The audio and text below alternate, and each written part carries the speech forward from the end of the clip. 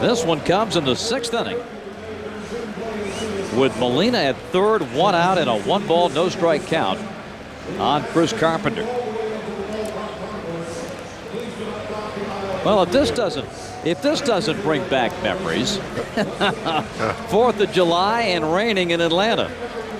If you were with us on the pregame show, you saw this, but if you weren't, we want to re-rack it for you and share it with you again. If you're a Braves fan, just a baseball fan, you have got to love what happened here back on the 4th of July of 1985. The New York Mets were in town, and we had a big rainstorm that delayed the start.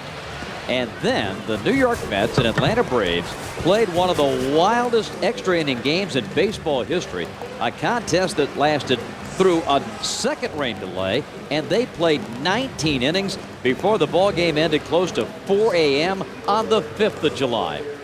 We went back and put together the highlights of that game, and just to see the old players and the faces and relive what was one of the most incredible games in Braves history, let's go back and listen to Skip, Ernie, and John Sterling.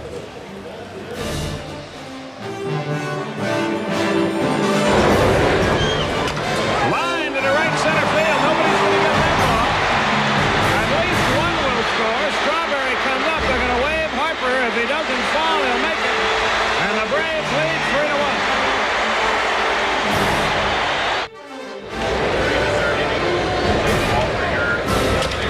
Up the middle, another base hit, another run is in. It's 5-3.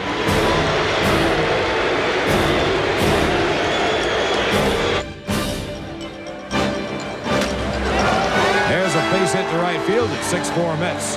Carter goes to second, heading for third, and the throw comes in to second base. So the Mets again have runners on the corners. 2 outs. And the 1-0. 1 run, Will, left center field, it's going to be.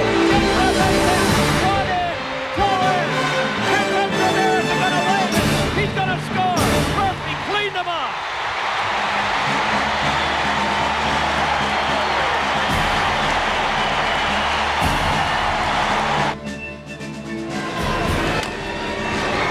Corner.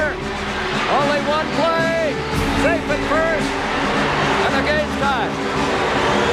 The New York Mets have tied it. Corner diving for the ball, trying to get it back to Sutter, but he couldn't in time. It was a slow roller. It is 8-8. Forster pitching. Drive, left center field. Harper back. Will a ballpark hold it? It won't. It's a home run. It's a home run for Howard Johnson. Here in the 13th inning. Johnson has homered off Forster to make it 10-8.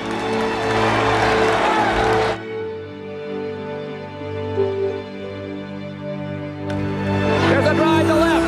If it's fair, it is fair. It's a tie ball game. Harper hit the foul ball. It is 10-10, believe it or not.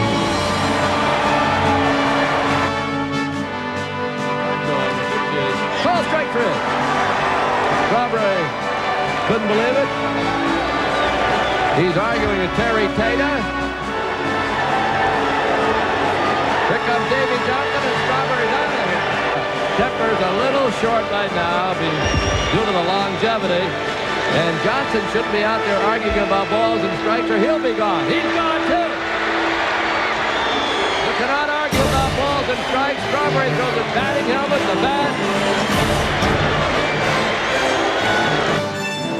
They figure that Camp is the best hitter of the Right. 3 left. It'll be an 0-2 pitch. And he is at the deep left. He goes back. It is gone. Holy cow. Oh, my goodness. I don't believe it. I don't believe it. Rick Camp. Rick Camp. I don't believe it.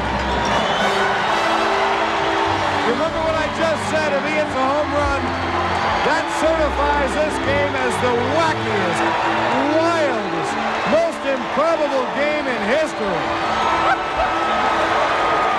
On an 0-2 pitch, Rick Camp hit it over the left center field wall. I don't believe it.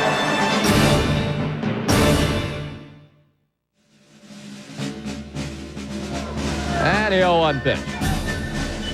Driven to right center field. Can anybody catch up? Claudel can't make it. This is going to score a run. Carter's in, stopped to third. And that's going to make it 12-11. And the 2-2 on the way. Base hit right field. That'll score one. Throw toward the plate. Going to be not in time. Bounced off the runner. Another runner coming to the plate. And 3 are going to score.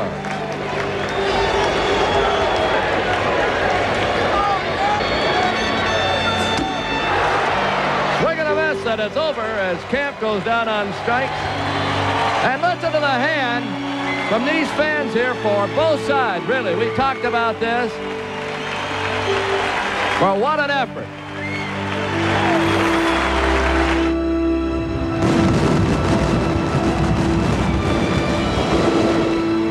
I rode home with Bobby Wine. He was a third base coach, and we'd come rolling into our apartments out of Stone Mountain. And I look up and I see this light on in my apartment, which my wife is waiting there with her little daughter, 2-year-old daughter, 5:30 in the morning. It was maybe 6, you know.